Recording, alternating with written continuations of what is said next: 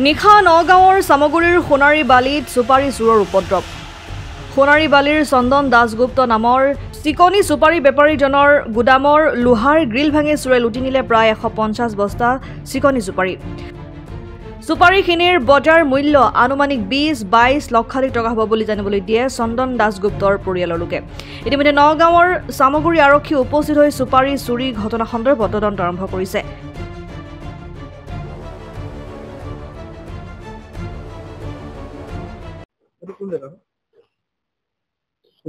এইটো সোণাৰীবালি চামগুৰি।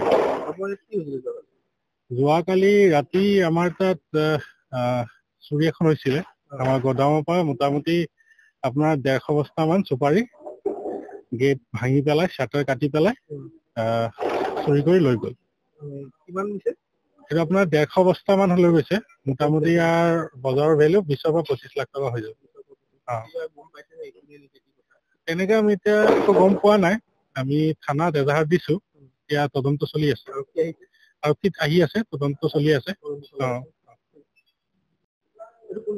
এইটো আপোনাৰ সোণাৰীবালি হয়, চামগুৰি সোণাৰীবালি। যোৱাকালি ইয়াত চুৰিকাণ্ড হৈছে। ইয়াৰ আগতে আপোনাৰ মোটামুটি 5-6 মাহ মান আগতে আৰু এবাৰ মানে চুৰিকাণ্ড মানে চুৰ আহিছিলে, কিন্তু তেতিয়া শ্বাটাৰ ভাঙিছিলে, কিন্তু আপোনাৰ মাল নিব পৰা নাই। তেতিয়া মানে আকৌ যোৱা ৰাতি আপোনাৰ আকৌ চুৰিকাণ্ড হ'ল। ইয়াত আপোনাৰ দুটা গেট ভাঙি পেলাই আকৌ আপোনাৰ শ্বাটাৰ ভাঙি পেলাই সোমাই পেলাই মোটামুটি 150 বেগ মান আপোনাৰ চুপাৰী লৈ গ'ল যোৱাকালি। আৰু আপোনাৰ 150 বেগ চুপাৰী মোটামুটি আমাৰ মানে আনুমানিক বজাৰৰ মূল্য মোটামুটি 20 পৰা 22 লাখ টকা মান হ'ব। আৰু না আমাৰ এতিয়ালৈকে কাৰোবাৰ ওপৰত সন্দেহ তেনেকুৱা হোৱা নাই। কিন্তু আমাৰ আগত মানে চুৰিকাণ্ড যেতিয়া হ'বলৈ মানে চেষ্টা কৰিছিলে, তেতিয়া আপোনাৰ আগৰ ভিডিঅ' ফুটেজ কেইটা আমাৰ ওচৰত আছে 1-2টা মান। আৰু আপোনাৰ এতিয়া আমি এজাহাৰো দিলো চামগুৰিৰ থানাত। এতিয়া আমাৰ চামগুৰি থানা অচি ছাৰ আহিছে, আহি পেলাই মানে ইনফৰমেশ্যন চলাই আছে। ছাৰ এতিয়া আছে, তদন্ত কৰি আছে। মানে ছাৰ আহিছে,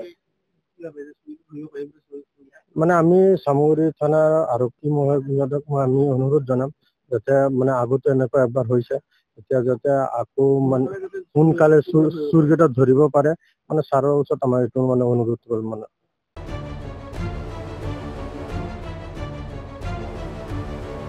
নগাঁৱৰ পৰা বিভূতিবাৰ ৰিপৰ্ট, ডেমক্ৰেটিক আছাম।